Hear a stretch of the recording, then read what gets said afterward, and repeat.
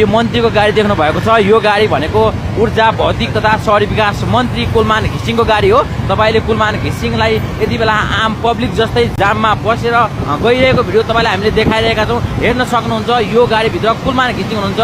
यो मन्त्रीको गाडी हो। तपाईले यो भन्दा अघिल्ला मन्त्रीहरूले चाहिँ साइरन बजाउँदै रङ रुटमा प्रयोग गरेर भए पनि जानुहुन्थ्यो भने यद्यपि अहिलेका मन्त्री कुलमान घिसिङ हेर्न सक्नुहुन्छ जाममा बसेर आम पब्लिक जस्तै गइरहेको दृश्य तपाईलाई हामीले देखाइरहेका छौं। सबैको मनमा बस्न सफल व्यक्ति हुन् कुलमान घिसिङ। यद्यपि उनले मलाई माननीय पनि नभनौँ, मलाई मन्त्रीज्यू मात्रै भनेको छ र म सुरक्षा केही पनि बुझ्दैन भनेर भन्नुभएको थियो। हेर्न सक्नुहुन्छ त्यसको ज्वलन्त उदाहरण तपाईँलाई हामीले देखाइरहेका छौँ। यस्तो जाममा त्यो माथि देश यस्तो अवस्थामा एउटा मन्त्रीलाई कति रिस्क हुन्छ होला, त्यसको बावजुद पनि कुलमान घिसिङ जसरी गइराख्नु भएको छ यो सराहनीय छ। यसको हामीले प्रशंसा गर्नुपर्छ।